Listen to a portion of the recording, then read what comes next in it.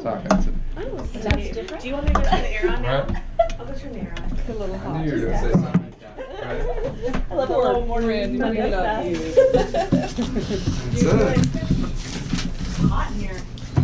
Yeah, a lot of hot air. A lot of hot air. I'm just gonna go Alright. grab some water because it is hot. Alright. It is. Hi, girls. Good morning. Good. They won their whole bracket. Yay! Yeah, That's it so was exciting. Oh, I'm good. surprised I have a voice.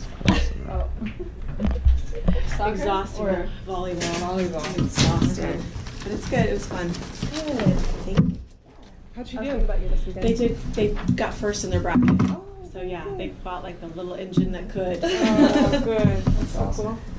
Alright, that's enough of that. Okay, sorry. I was like serious. Seriously, come on, we gotta try to get through this. All right. I'm gonna try to cover as much as I can. When I typically teach this, the short version is an hour and 15 minutes.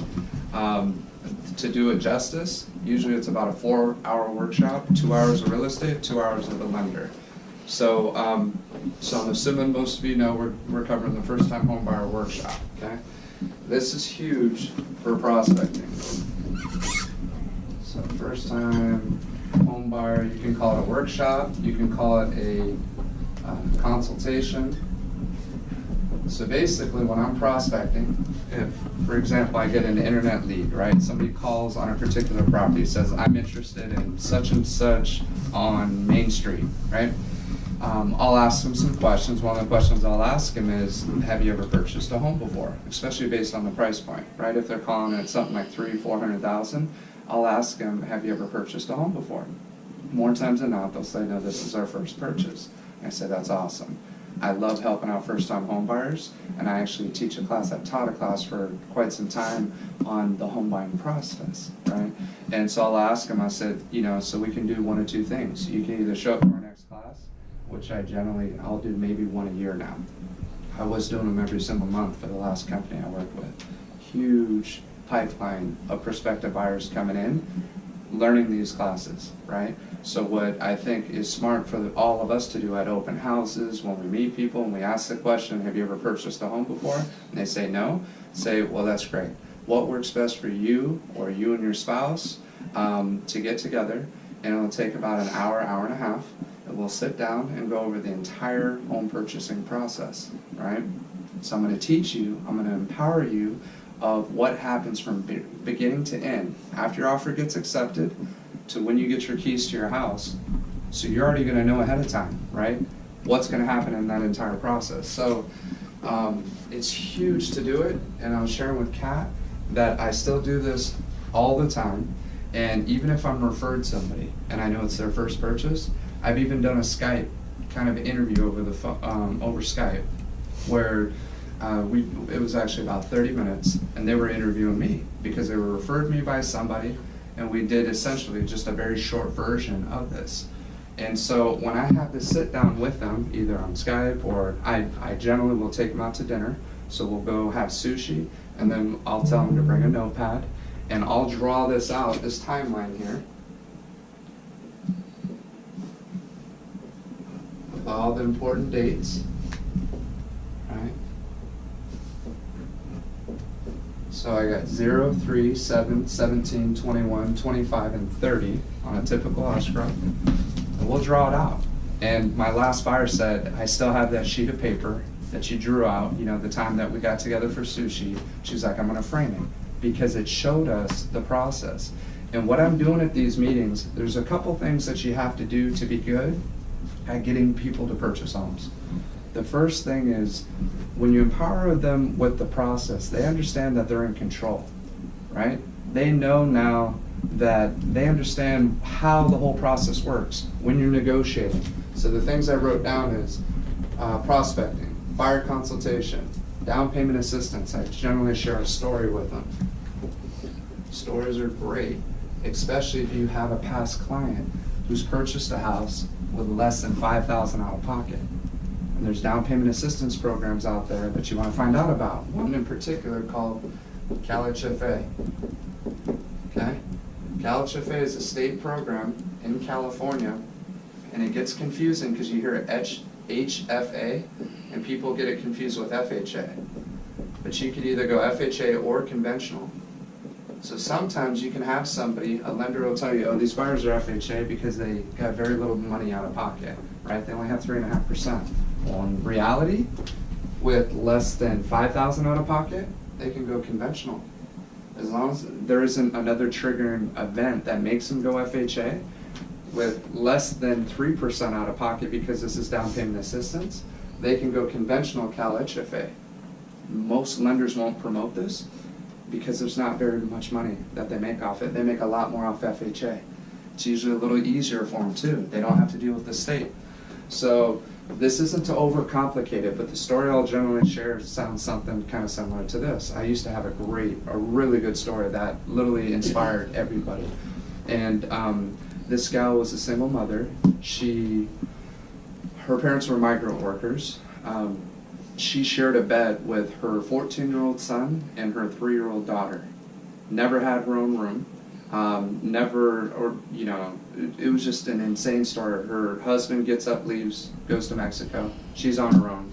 And she comes she comes to counseling over at the last place I worked for, BCCDC. Comes to counseling just trying to figure out how am I going to pay my bills.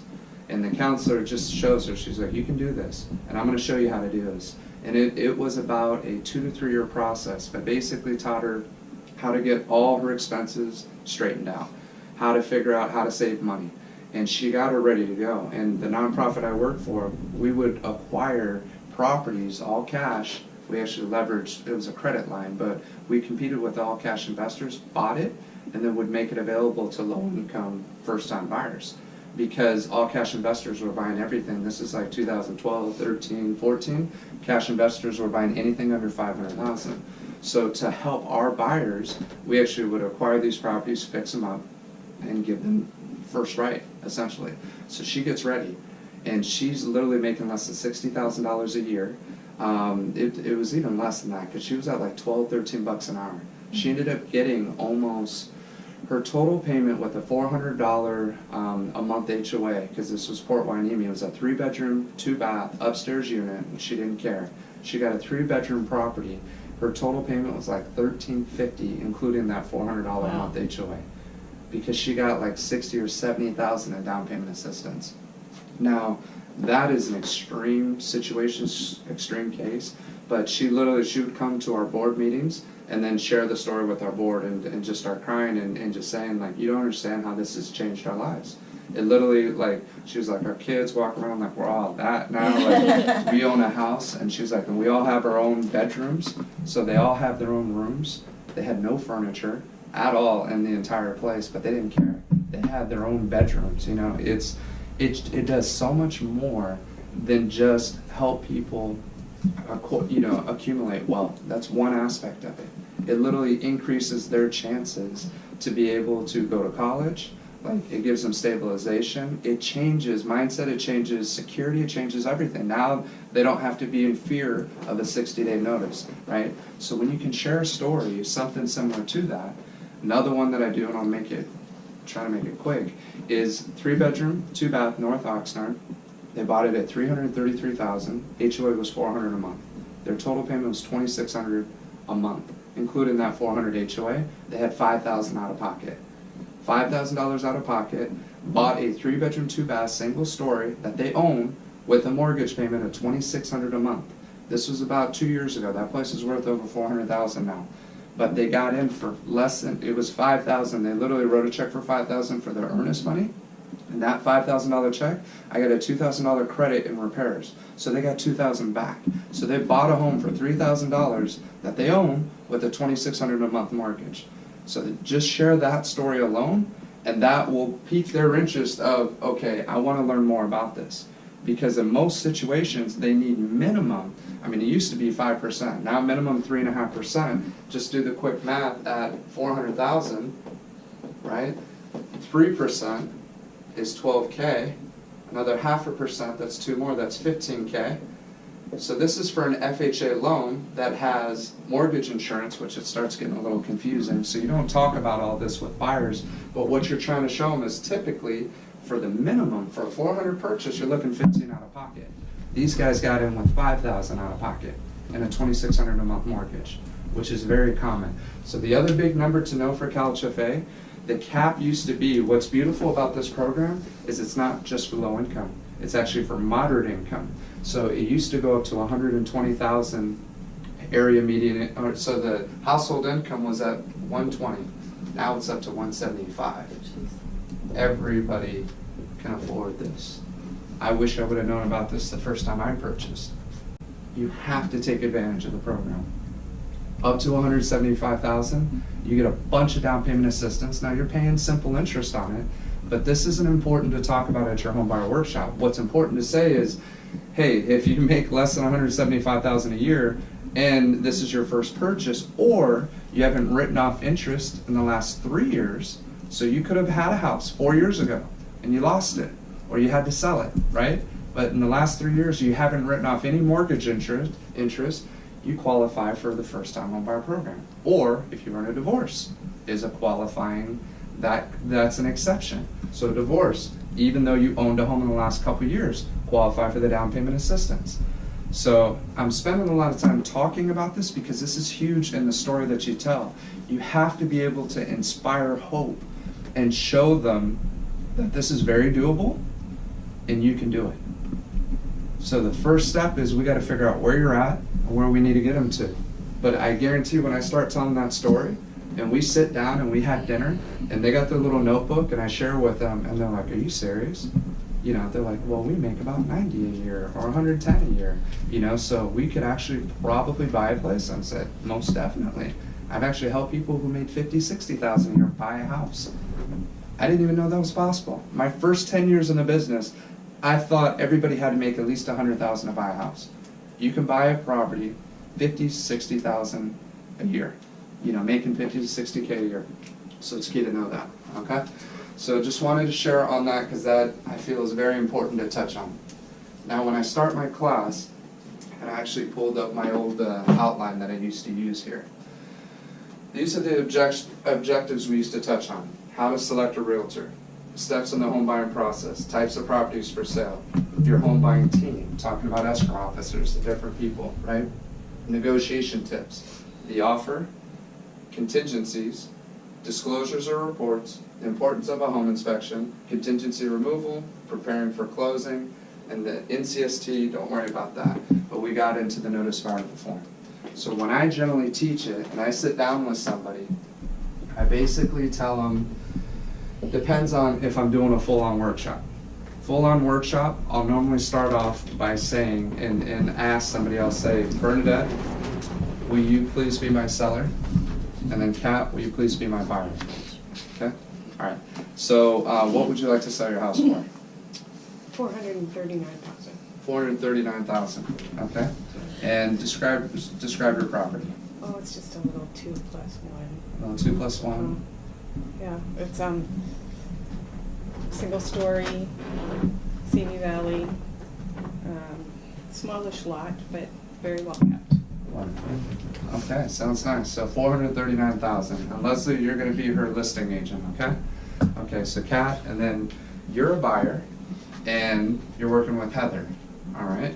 And I normally won't get into the relationships yet, but generally, what do you want to offer on that property? And, you know, just think you're just a regular first-time buyer. So I'm telling we would hear crazy scenarios of what the seller wanted.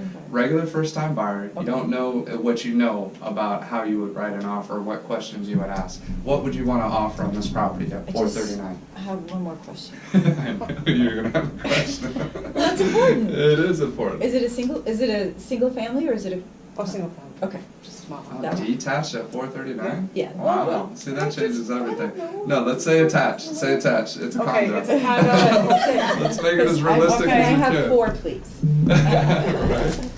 All right. Should we make it 499? We'll make it No, it's 439. It's 439. You can't change It's your 439. story. That's it. All right, Kat. What do you want to offer? I'm just looking at this. Really. 399. 399. Okay.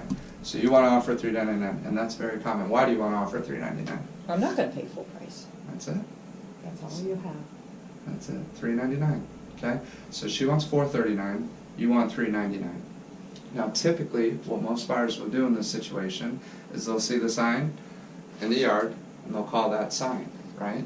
And so what I'm trying to teach the class right now is that my job, or Leslie's job as a listing agent, right, is to make her every single penny you can. You have a fiduciary duty to look out for her financial best interests. What that means is you're held to a higher standard than your average person. And you have a duty based on trust and your experience and knowledge of looking out to financially protect her. So your job for a seller is pretty simple. Make her every penny that she can make, right? So now if Kat calls you directly and says, hey, I want to write an offer with you, or since you're the listing agent, I'm very interested in this property, what's the issue that you see there? What would you see is the issue with that? She's asking way too low. Well, that's good. Well, for you as a seller, definitely. Much lower in terms of protecting it. But what I try to show them is very difficult as a buyer's agent, right? Because now your job, your fiduciary duty to your buyer, so it wouldn't be, put your buyer's hat on, that's a great buy. You're saving her every penny on the purchase of the home. You see what I'm saying? So the issue is your loyalties are generally going to be to your seller, right? So what I try to show the buyers is what a dual agency situation is and why they want their own representation. So then I'll ask them questions like, who paid, how do you get representation? What do you pay your agent? And they don't know. So you ask the question, right? And so who pays the commissions? Seller does, Seller pays the listing for the listing agent. What about for the buyer's agent? for the buyer's agent too. Exactly. So they don't know that, right? So you have to share that, and then you show them by state law. Now with Heather, you're a great buyer's agent. You've been referred to Kat, right? So now in you representing Kat, you have a fiduciary duty. Even though Bernadette's paying you commission and paying you commission to sell the home, your loyalty is still to Kat, Right. right? So it's hard to show this, but you want to show them. And once you start asking questions and they start seeing it and kind of calculating, they're like, okay, that makes sense. This isn't like buying a car. You don't call the phone number that's listed on the property for sale, right? The car for sale. That's what most people do. And they've also heard stories that, well, I can negotiate a better deal if I work directly with the listing agent. So what I'm trying to show them is you want to have a buyer's agent that you're not going to pay for their commission. The seller's paying for their commission. You do actually pay for it in the price, we know that, right? You're financing it into the property. However, it's what keeps the market moving. It's what creates quality buyers, because now you and representing Kat are going to make sure she's got all her ducks in a row, right?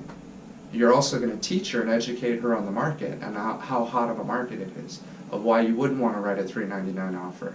Right? Because Kat doesn't know. She thinks, okay, I'm not going to give him full price. I'm going to see if I can save, what was it, $40,000? 40 under asking price. So now it's your job to show her. So what I talk about, and I'm just tying this back into the home buyer workshop, is negotiations. Okay? There's two main parts of negotiations. There's more, but what I try to tell them is there's two things that we do when we're writing offers on a home. And the two things we are, number one, we're trying to get our offer accepted.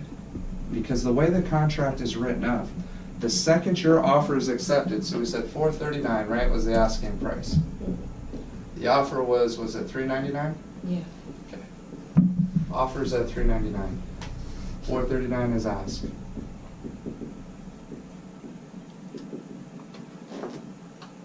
So two main things. One, we got to lock them up.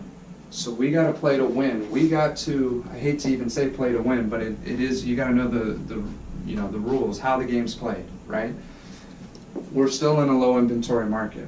If we don't write close to this $439 price, and this is what the house is truly worth, close to $439, we're just assuming comps, everything's right around that price, then, and we start at $399, what happens? What are the options of after, okay, so you write the offer, you present the offer at $399 to Leslie. Now what do you tell your client that you can do?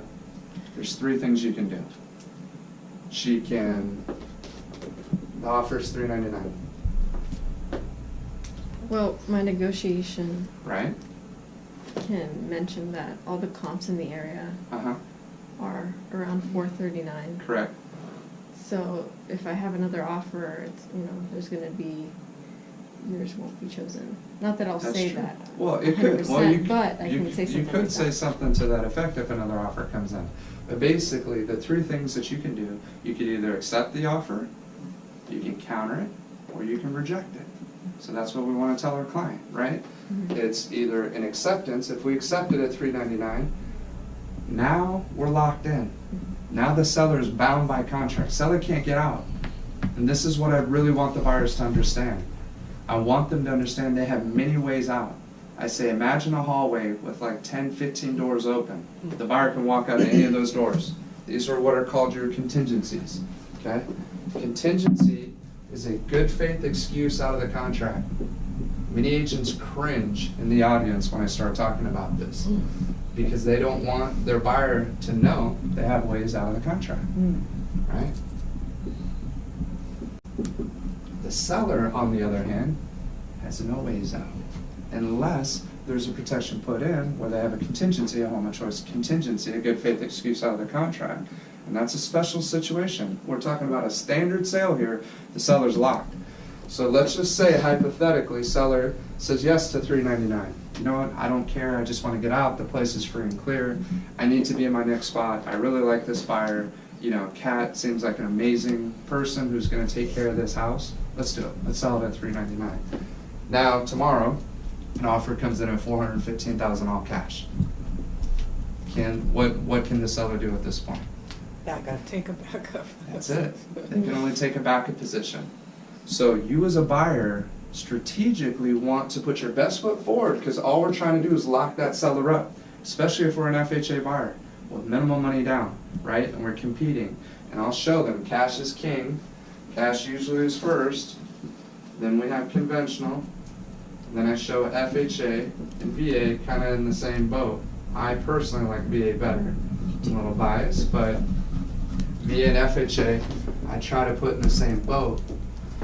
But cash, then conventional, then VA, FHA. So if I have a buyer who's VA, FHA, what I want to tell them is we're not messing around, right? If we know a house is worth $439, I ask them this simple question: is this a gotta-have house, or are you okay if we miss it? And if they say it's the gotta-have, I say okay. And then I'm going to strongly suggest, if this were me, or I'll ask them, I said, you know, first I'll ask them what they say. I don't just start trying to talk, right? Ask them, what are you thinking? Well, we really like this house. We're thinking of coming in at $430. And I'll say, and they're like, what do you think? I'll say, well, look, if it were me, and I know that this is the gotta-have house, then I'm renting full price, if all the comparables support that. I said, look, let's lock this up. This house just hit the market, and there's a really good chance that a conventional with 20% down or an all-cash offer is going to come in at this price point, because this is a very desirable property, right? Everybody's competing with us here, so we can't take a chance of trying to save $10,000.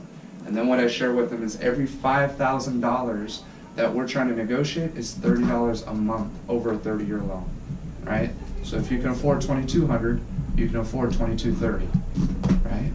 Do you ever make an offer with the appraisal in mind, like knowing, you know, sometimes like if you're representing the buyer and it's $439 and that is like, you know that that's a little high. Right. And you're like, okay, we'll offer $439 because we really want this house, knowing that it might not appraise. Okay. What do you do in that situation? Just go ahead and go for it and wait for it to appraise and see where we come out? Most will, and a Okay. lot of people strategically they'll write offers in bad faith, which I don't recommend doing. What I mean by that is they'll write higher than what they feel that it'll appraise at, just to try to get it accepted. Okay. To lock it in. Oh, Exactly, lock it to in. lock them in. Huh. You go to Orange County, LA, you see a lot of that, right? Okay. You'll see it out here at different times too. Okay. And so what the question is, when we get into the appraisal, is if we knew the comps were right around $399, yet we know that this is still a very desirable property, and it's been extremely fixed up. I mean, it's perfect, right? And we know that it's going to have a tough time appraising at $440. We still write a $440 offer just to try to get them locked up. Now, you got to be careful in doing this, because a seller does not have to drop the price down to the appraised value. And what a good listing agent will typically say is, you thought it was worth $439. You have X amount of dollars in your bank account because we're going to send them proof of funds, right? So I see you have at least $80,000 in your account. So if you want the house, even though it appraised at $399, that's all you can finance. We want you to come out of pocket that difference of $40,000 or 20, or they can try to negotiate, meet you in the middle. So I don't recommend doing it because you're going to have more fallouts with that type of approach. Okay. However, what I do want to emphasize is getting back to negotiation. You want your client to understand we need to lock this up. Right now, it's about writing quickly.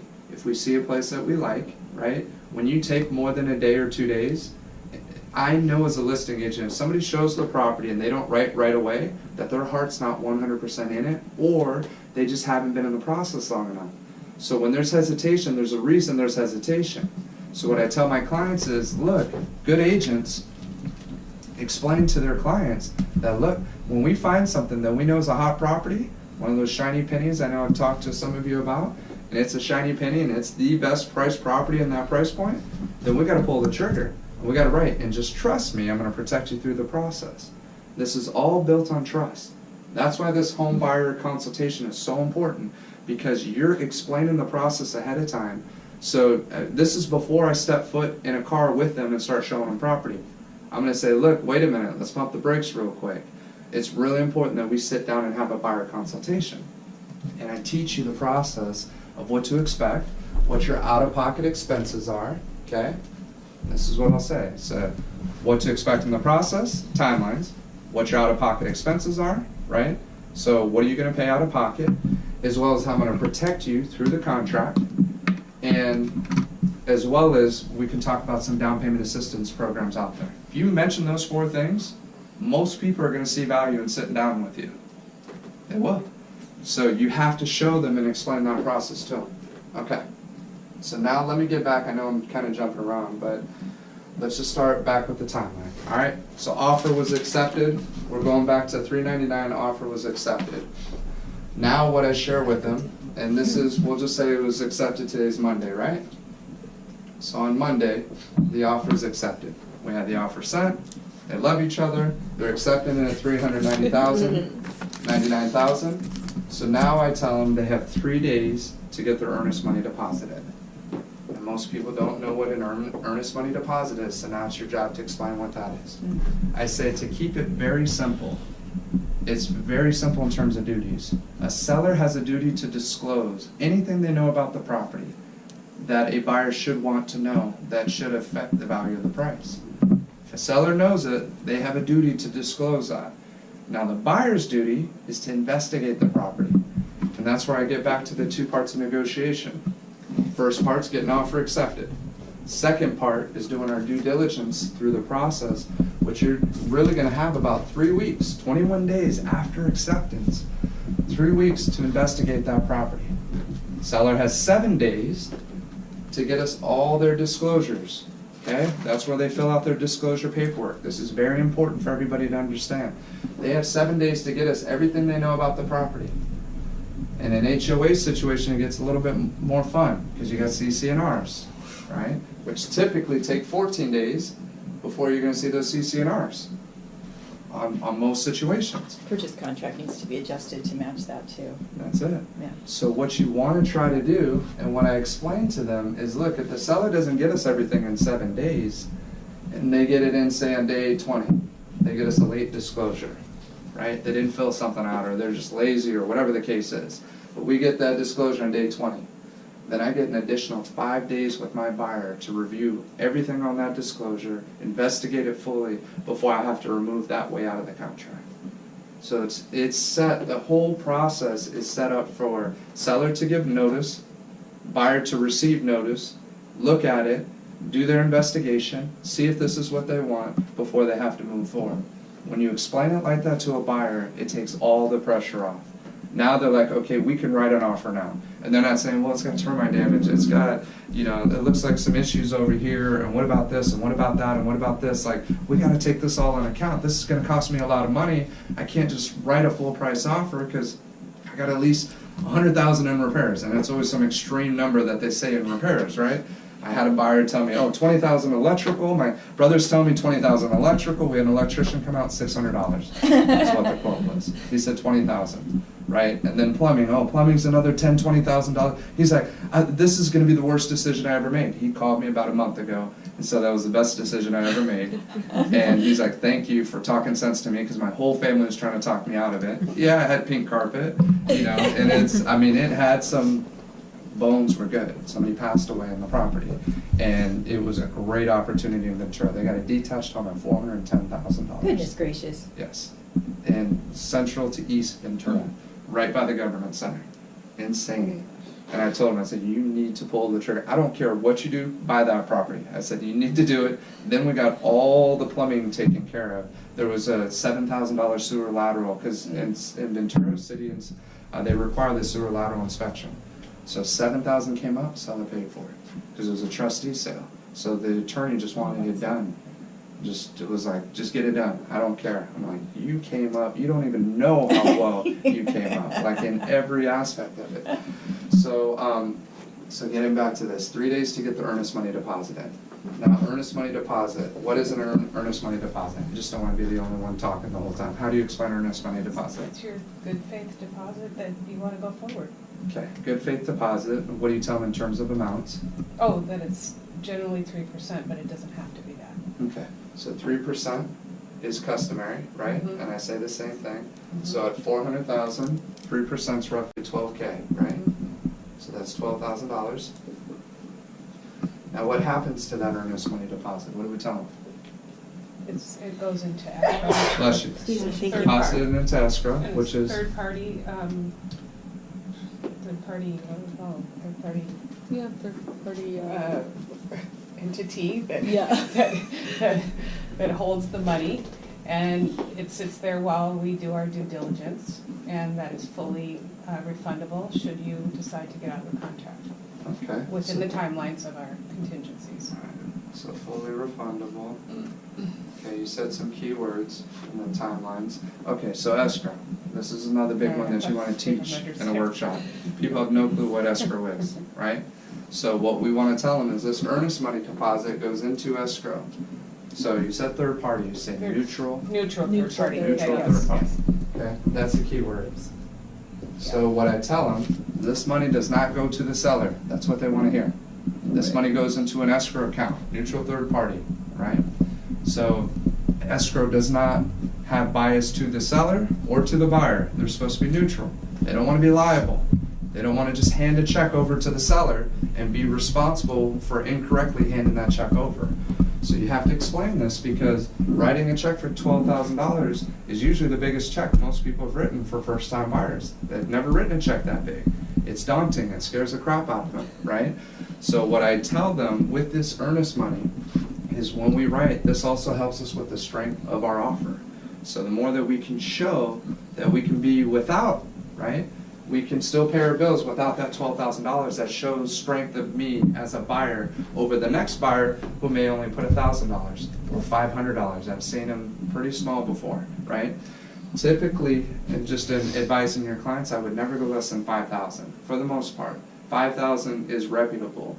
However, in certain situations, if they tell me, and I've seen it with VA, where VA can be no money out of pocket.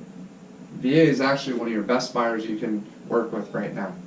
Very low interest rates, no mortgage insurance, no money out of pocket. So you can literally write an earnest money with a VA buyer for $1,000 or $2,000. It doesn't show a lot of strength. But if you get it accepted and something happens, God forbid, and they have to back out and all their ways out of the contract have been removed, they're limiting their liability to that $1,000 or $2,000. So before we get all gung-ho and say, how much do you got in the bank? They say $50,000. It's like, all right, let's write a $50,000 earnest money deposit, right? We don't want to put it all out there. We want to limit their liability. So when I'm explaining it to them, the biggest thing they want to know is it's going to the neutral third party.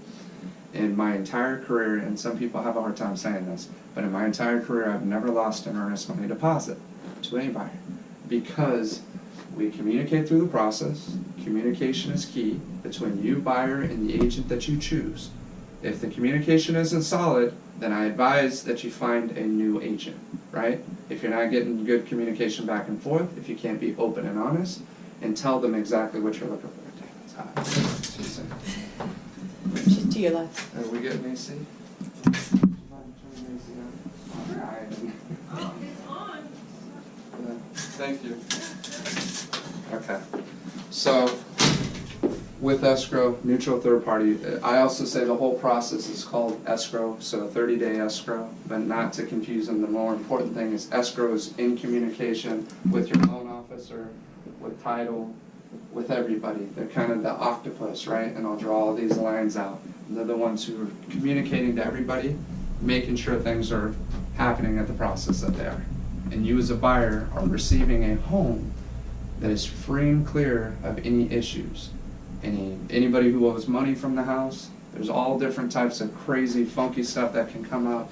Our escrow officer is a key person on our team who's going to help us through the process, okay? And they're going to hold on to that earnest money deposit. So I have a question for you then. Yes, ma'am. So when you're saying our escrow officer is part of our team, yet Right. you're writing seller's choice on the purchase contract, because basically you have to. How do you explain that? Well, They're again- still neutral. Well, but what I tell them, it's a good question.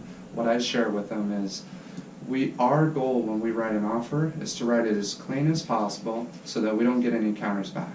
Because the question I was going to ask earlier, when the counters coming back and forth, the risk you take by writing $399 when somebody's asking $439, it just came up, is getting a counter. Time is your biggest enemy in negotiation. Because as more time goes on, it's more than likely that another offer comes from left field that's higher than yours or stronger than yours, and where you had the first crack at getting this house, now you're in there with 2 or 3 other people. And in this market, that's very common, right? So I tell them, and I share with them strategically, if we ask for our own title and escrow companies, it's very likely that they're going to counter us at least once. And if they counter us once, there's a good chance somebody else comes into the picture. So that's how I share it with them.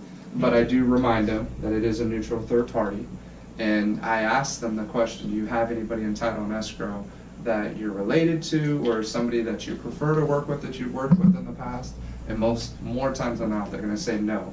And they'll say, no, who do you trust, who do you recommend? And you'll say, well, typically I work with these guys. However, since we're writing and we don't want to counter, we should probably write seller's choice here, just to leave it so we don't get that counter down. And we know that that's not going to come back. Okay, so 3 days for earnest money deposit. So it happens on Monday. Monday's day 0. Tuesday's day 1. Wednesday's day 2. Thursday's day 3. So by the end of business day, 5 p.m. typically for most escrow offices, they have till Thursday after Monday was accepted to get that earnest money deposit in. Now they could either take a check in personally or they can wire the money over, right? And so we ask them what they prefer, but we don't even, in the past, we used to make a copy of the check, right? We don't do that anymore. Most times we don't. If you want to show proof of funds, you can show proof of funds. 3 days to get the earnest money in. Now I'll go into that demonstration again of how the buyer's in control through the process. As long as we get that money in within the 3 days, this is our house to lose. And I just share them. I say, you are in the driver's seat as a buyer through the entire process. It is completely in your control whether you get that house or not, right? But if we don't get that earnest money in 3 days, then what the seller can issue is another notice in writing called the notice of buyer to perform. They send that to us. We have 48 hours, 2 more days, to do whatever we're supposed to do within our timeline, right? And now, if we still don't do it 2 days later and it's day 5, and we don't get the check until day 6, what has happened? Seller can cancel. Seller now has a way out. So now that door's been open for the seller. Just imagine again, seller has all the doors shut. Seller can't get out unless the buyer opens the door for him. The only way it gets open is if first they don't do something they're supposed to do, then the seller sends a notice in writing, and most of us know as agents that most seller or listing agents are either afraid to send a notice buyer to perform, or I hear it all the time, well, I don't want to be an a-hole, so I'm not going to send that. Or I don't want to be so tough on them, so I'm not going to send that. That is the worst response in my opinion. You as a good listing agent always have to send that notice buyer to perform. Always. Because you got to hold them accountable. If you don't hold them accountable, you're gonna look like the idiot at the very end of the transaction when they back out in the 11th hour, because that's what happens. So you got to keep them honest all the way through the process. Okay? I think what's important too about a notice to perform is that it gives the seller the right to cancel, not the obligation to That's cancel. exactly it. It just allows them to. Gives you leverage as a seller. That's really it, because right now, our hands are tied. We can threaten all we want, but buyer knows, a good buyer's agent knows, they can't cancel on us. So even if they say, yeah, we're gonna go with the backup offer, we still have the right first to buy this house before they can go with the backup offer. So strategically, and that's another class that we'll do in the future, is a home seller workshop. Very, very profitable opportunity is doing a home seller workshop, where we'll be more on the seller side as opposed to the buyer side, okay? So now we said 7 days for the disclosures, right? After that, I'm gonna try to start summing it up real quick. Seller sends all their disclosures. Day 17 is typically the end of your inspection period, right? So what we wanna do is we wanna do our home inspection. Got all these beautiful pictures on.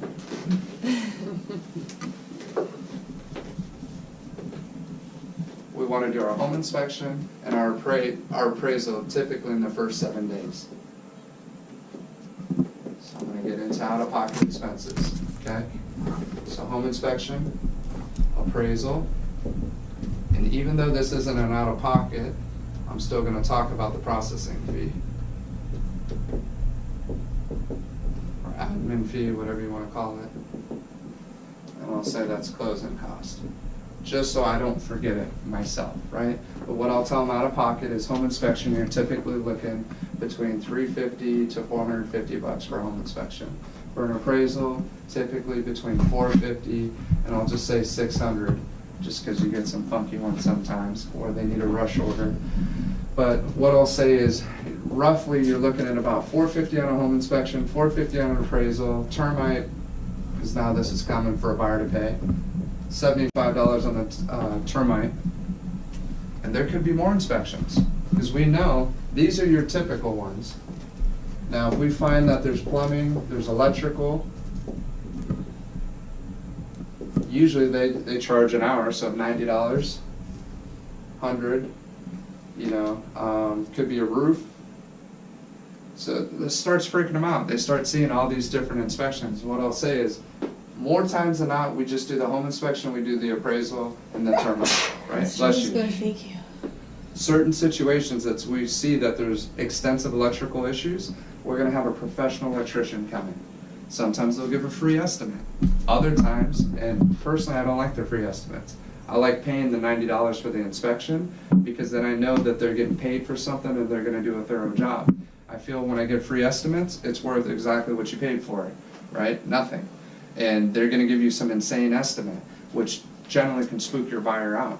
So what I'll tell them is, if we need to, we can hire these additional inspections on a case-by-case situation. But typically you're looking at about $900 to $1,000 out of pocket, right? Now this money here, when we spend this is the cost of doing business, and this is what I share with them. If we back out, we don't get this money back. This is what it costs.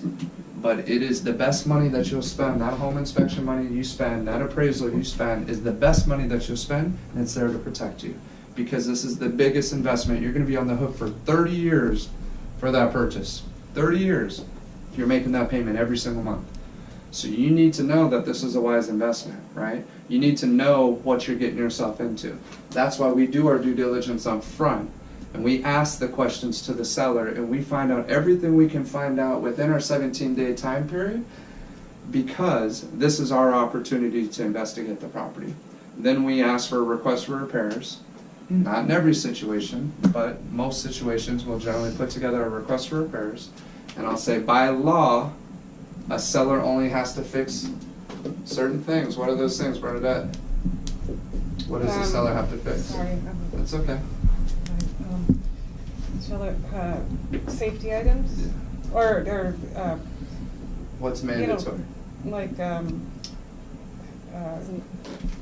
alarm and carbon monoxide. yeah, So, that's smoke what I was- detector, Sorry, I was trying to. Or get smoke, that. yeah. Smoke Fire detector, alarm. carbon monoxide, carbon monoxide. and the water heater strapping. That's it, water heater, that's it, okay? So this is it, that's required by law. That has to be completed at the transfer of every sale. Go ahead. Inventory of the sewer lateral, is that the seller's responsibility? Yes. The inspection is. The inspection only? The work being done is negotiable. Okay. Right. So, great questions too. So basically, I want to make very clear to the buyer that these are the only things mandatory by law that have to be done. Now, a good buyer's agent, and again, this is why you want your own representation, because the listing agent, nothing against Leslie, but she's not going to be so inclined to want to tell her seller to do anything more than these three things, right? But a buyer's agent is going to know it's my job, it's my duty to make sure we investigate and ask to see if we can get the seller to fix as many safety items, you mentioned safety, right? As many safety, not cosmetic, but safety items that should be done. And we try to focus on that as much as we can. Then when we do all these reports, and this is also what I tell my client, is when we spend the money for a home inspection report, and we spend the money for a termite report, and then we also get, if we need a HVAC, like a heating and air conditioning, we get a thorough investigation done, it gives us more leverage when we're negotiating for repairs, as opposed to me walking in and seeing the place and saying, I need $20,000 as a credit because it needs new carpet and paint.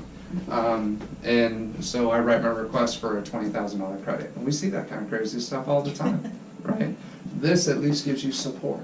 This gives you facts by experts that gives you more leverage. And then now you can say, look, my buyer absolutely wants that heating and air conditioning fixed and working, as well as all the safety items, which electrical or electrician told us about $1,200. Termite came out to $3,000. So we want the termite fixed, we want the safety, we want the HVAC, right? And so what I share with them in different parts of the market, we have a little bit more leverage. In a buyer's market where there's a lot of inventory and very few buyers, now I can ask for more repairs typically. In a seller's market where there's very little inventory and a lot of buyers, and it's a multiple offer situation, more than likely, this is all I'm getting fixed, is those three things. So it's all about us setting expectations, and we explain that to the process. But we say, look, you negotiated up front to get your offer accepted. Now you got another opportunity to negotiate here with the request for repairs after we do our investigations, as well as the last thing we have is this appraisal. So now at $399 is what the offer was accepted at. And buyer and seller are best friends, and they love each other, and they took an offer $40K under their original asking price, right? But the appraisal came in at $375. So what happens now if the appraisal comes in at $375? What do you think? I don't know. Okay, so if the appraisal comes in at $375, first of all, the appraiser is hired by your lender, right? So let's go back to Heather now. Heather is advising after she gets all her documentation into her loan officer and gets it in. Now the lender can hire a third-party appraiser who's not connected to the bank. They're out there just to checks and balance, right? Go out there and check to make sure the house is truly worth $399, because even though buyer and sellers, again, they love each other, they're holding hands, they're best friends, they know this is a screaming deal at $399. However, comps show $375. So the bank is there to protect you. The bank is only going to give you and lend you the amount that they can support based on their comps. So now you have to put what's left. So one of three things can happen. It gets back to like making an offer, a counter offer. You can either accept it, you can counter it, or reject it. It's the same thing with this, right? Offer, acceptance, counter. It's the same type of thing, or reject it. So now what we would say, a good buyer's agent, which Heather is going to show the appraisal report. She's going to send you a copy of that. And then when she sends it over to you, she's going to say, we're requesting that the seller drops the price from $399 down to $375 because my buyer does not have any money out of pocket to come up with the difference. And the house is only worth $375. She's not paying a dime worth more than what it's worth. Okay? And then you get to present that to your client and say, hey, look, I know we tried for $440 originally, and then we took a huge concession at $399, but the bank is actually telling us we're at $375. And so what does the seller typically say to that? Screw that. Exactly. They're doing something screwy over there. They paid them, right? There's something I knew. You should have been there. You should have been there, Leslie. Why weren't you there at the property? Right? It's all your fault because this appraisal came in at its value at $375. So what you tell her then, your options are at that point, is we could either drop it down to $375 and continue moving forward with this buyer. Buyer's agent's already telling us that they can't come out any higher than this. They have no extra money out of pocket. So are we ready? Because now we're 3 weeks into this. We're about at day 20 when this news comes in, because that's typically when you find out, right? The day before all your contingencies are supposed to be removed. So now what we tell Miss Lovely Bernadette over here is that we could either start the entire process over and still deal with this 375 appraisal issue, because that's what the comps are showing. And just so you know, if it was an FHA buyer, that's going to stick with the property for at least 3 months. So even if you take another FHA offer, they still use the same appraisal at 375. No matter who the lender is. That's it, no matter who it is, if you take another one. So you really want to emphasize as a good listing agent that, hey, yeah, the crappy thing about this is it's a 375 and it's FHA, so that's going to stick with the property. As You well can as, accept it, right? well, no, if you accept it or say no to it. Oh. Say, no, I want Regardless. $399. She told me $399, right? And we're best buds. Like that's she's supposed to keep her word, you know. Now I don't know if we're best friends anymore, right? So she says that, and you talk her from jumping off the ledge, and you basically just tell her that, okay, so 375 is where the comps are at. This is what it's worth, as well as we have a duty to disclose any reports, because you sent it over now to the seller, right? So the seller has a duty to disclose any reports. Now most agents aren't on the fourth, you know, they're not up front. They're not sharing that information. But any investigations, any reports, termite inspection, home inspection, sewer lateral inspection, they did a mold inspection, they did a roof inspection, they did everything, and they sent you everything.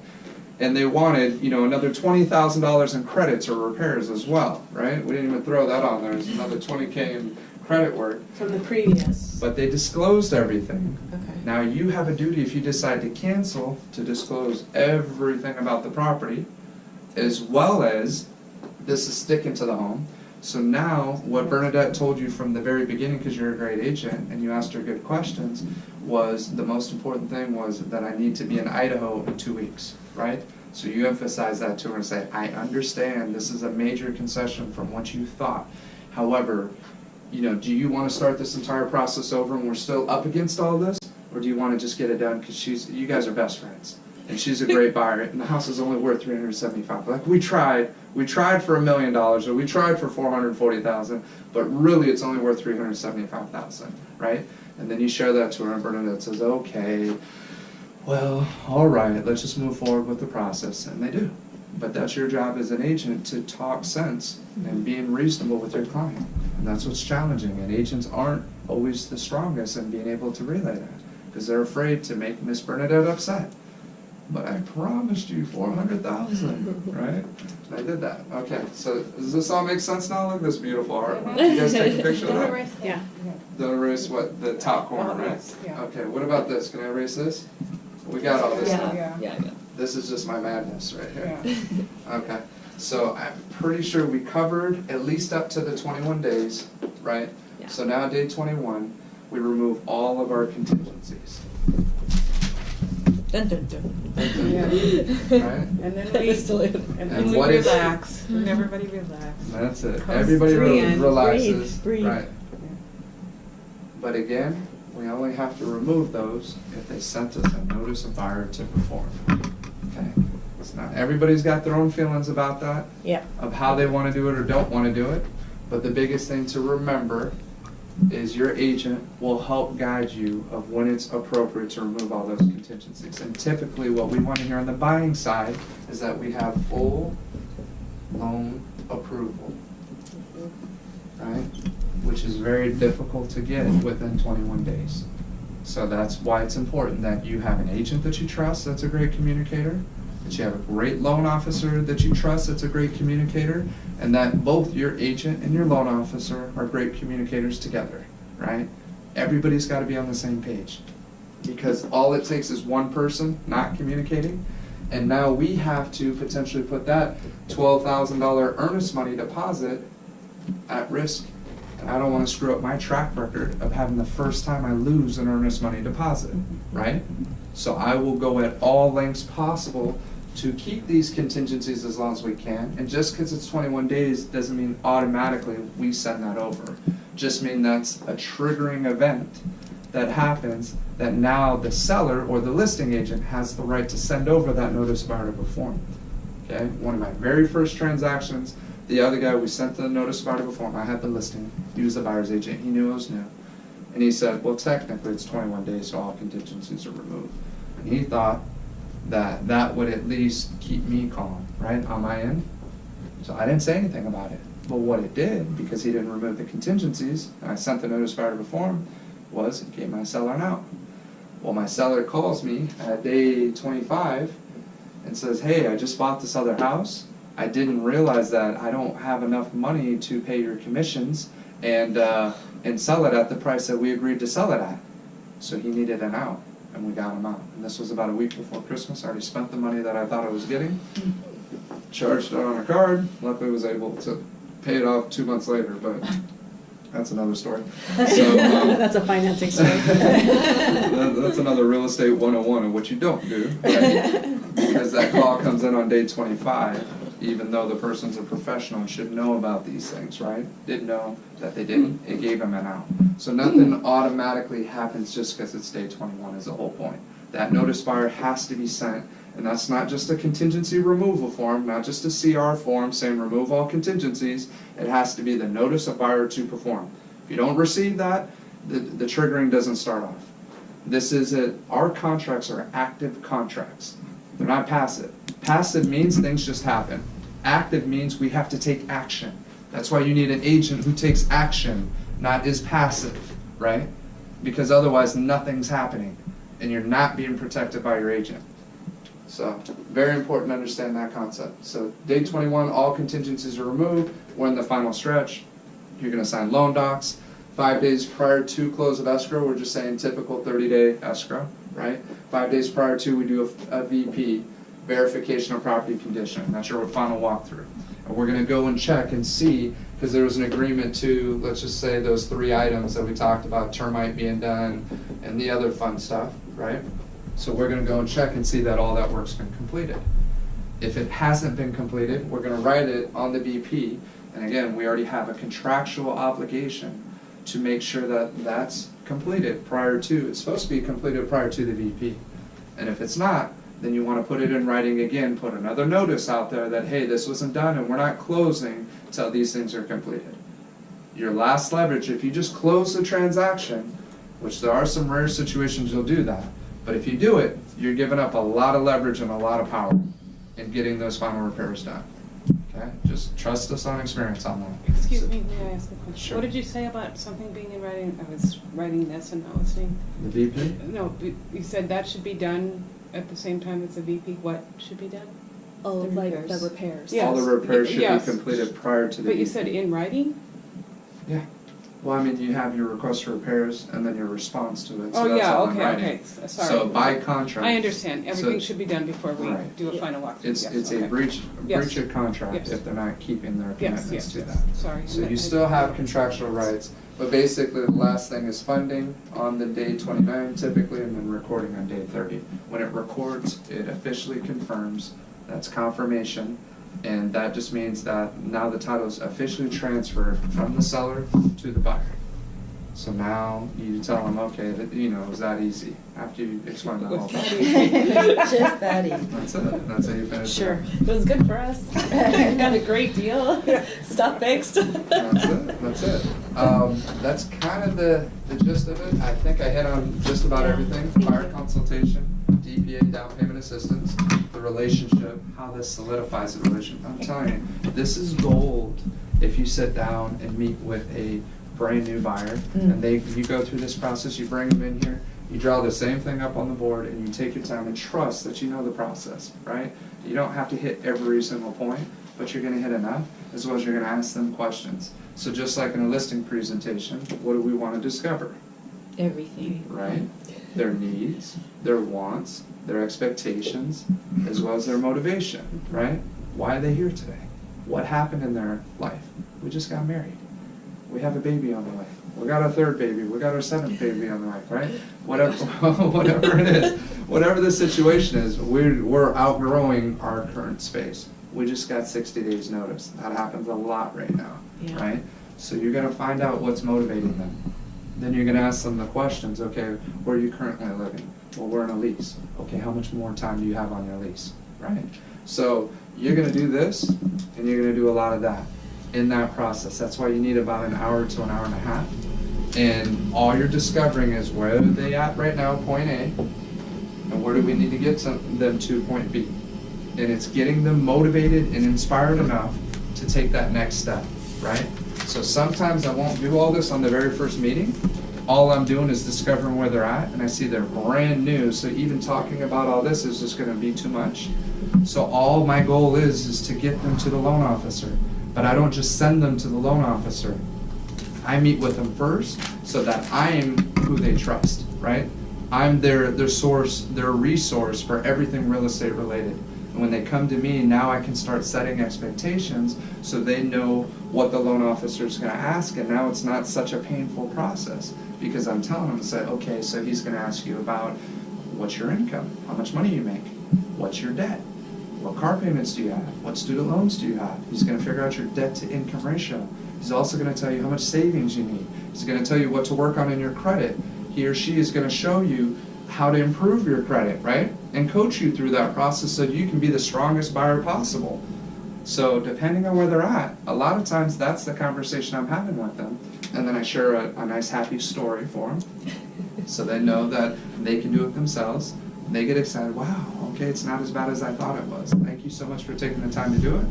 And again, there's very few times I've sat down and done this where they haven't purchased with me. So it's a very powerful process. But that's it. All right.